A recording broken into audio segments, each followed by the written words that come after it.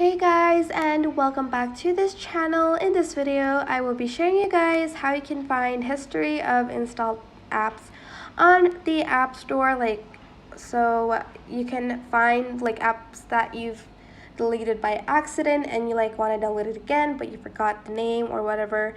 Select your profile page on the top right corner in the App Store, select purchase. And as you can see, these are just some of the apps that I've downloaded on this phone. The ones that have a download icon, that means I've deleted those apps. The ones that have open and update, I have downloaded, I have it on my phone still. Please don't question, I don't know why I have that weird save the dog game, I don't know. But that is pretty much it. I hope this tutorial was helpful for you guys.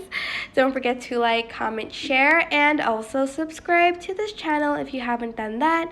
If you have any questions, just leave it in the comment section down below, and I will try my best to answer them all. Thank you so much for watching. Bye!